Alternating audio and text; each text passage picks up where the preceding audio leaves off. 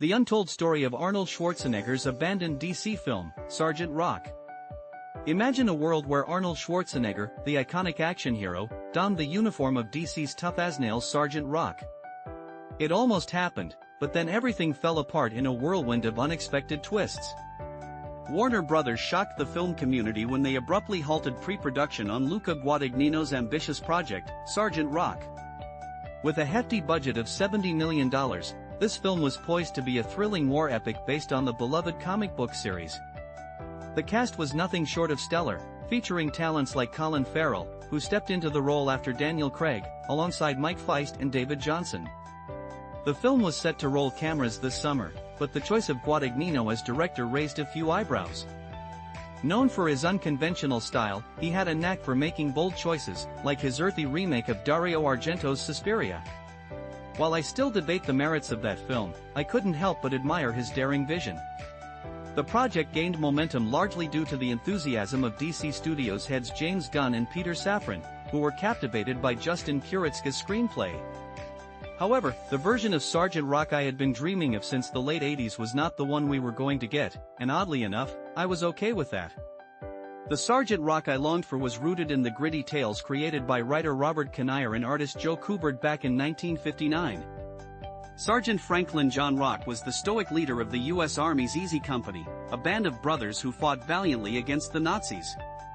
As a kid in the 80s, I was more into superheroes, but the raw, visceral artwork of Sergeant Rock drew me in. I loved the camaraderie among the soldiers and the relentless fight against evil. After all, who could argue with a story where Nazis were the ultimate villains? They were the bad guys, just like the Ku Klux Klan, and seeing them defeated was a thrill that resonated with young audiences. Indiana Jones took them down by the dozen in Raiders of the Lost Ark, so I had no qualms about Easy Company doing the same.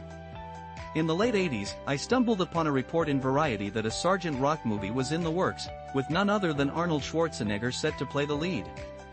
At first, I was puzzled by the casting of an Austrian star as an all-American soldier, but then I learned that the legendary John McTiernan would direct, with a screenplay by Stephen E. D'Souza and Joel Silver producing. Suddenly, my doubts vanished. This was the dream team behind Die Hard, a surefire recipe for success. So, what went wrong? The answer lies with Clint Eastwood. The timeline gets a bit convoluted here. Initially, the first draft of Silver's Sergeant Rock was penned by the brilliant David Webb Peoples, the mastermind behind classics like Blade Runner and Unforgiven. Schwarzenegger was on board at this stage, but for reasons unknown, Peoples' script didn't make the cut. Enter D'Souza, who had previously collaborated with Schwarzenegger on Commando and The Running Man. This pairing seemed destined for greatness, especially with McTiernan joining the fray. By 1987, McTiernan had already made a name for himself with Predator and solidified his status with Die Hard. The combination of McTiernan, Silver, and D'Souza was a powerhouse in Hollywood, and with Schwarzenegger attached, they could have secured a blockbuster budget for any project, even a Thomas Hardy adaptation. In a 2013 interview, D'Souza revealed that Sergeant Rock wasn't just greenlit, it was fast-tracked. Plans were in motion to shoot in the former Yugoslavia, and they even had a release date lined up. The excitement was palpable, and no one batted an eye when Schwarzenegger made a peculiar request during the initial meetings. He told Joel Silver, "I just bought a house in Sun Valley, Idaho, and Clint Eastwood always films his movies there, then drives home. I want to make this movie in Sun Valley, using local talent, and I want that in my contract." They must have thought he was joking. He was not. The project seemed to be on the verge of taking off when D'Souza completed his outline just before the 1988 Writers Guild of America strike. Preparations began, and when the strike ended after 153 days, D'Souza quickly finished the screenplay. Everything was falling into place. Location scouting was underway in Yugoslavia, and casting was ramping up. It felt like a formality when Schwarzenegger visited the Warner Brothers lot for a costume fitting.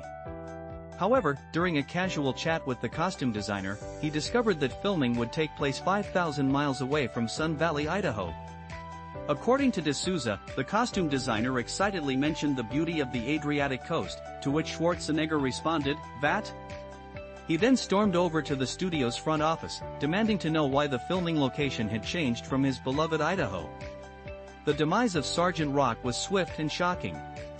D'Souza recounted that executives called Silver, McTiernan, and others into a meeting, and whatever transpired in that room led to Schwarzenegger and McTiernan exiting the project. D'Souza speculated that Schwarzenegger's demand must have been legally binding, as it was hard to believe a major action film could die in a single meeting after a simple costume fitting. Ironically, this paved the way for Paul Verhoeven's Total Recall, which went into production around the same time. It's a real shame because D'Souza had crafted a character that took Schwarzenegger's accent into account, reimagining Sergeant Rock as an Austrian whose family had been killed by the Nazis. He even had a backstory that involved climbing over the mountains right behind the Von Trapp family. It was a role that seemed tailor-made for Schwarzenegger. But Silver didn't give up on Sergeant Rock. A-list screenwriters like John Milius and Brian Helgeland took a crack at the script, and directors like Guy Ritchie and Francis Lawrence showed interest. Bruce Willis even flirted with the idea of joining the project, and Quentin Tarantino was offered the chance to adapt People's screenplay. Yet, despite all these efforts, the film never materialized, and now Sergeant Rock remains a lost dream, a tantalizing glimpse of what could have been.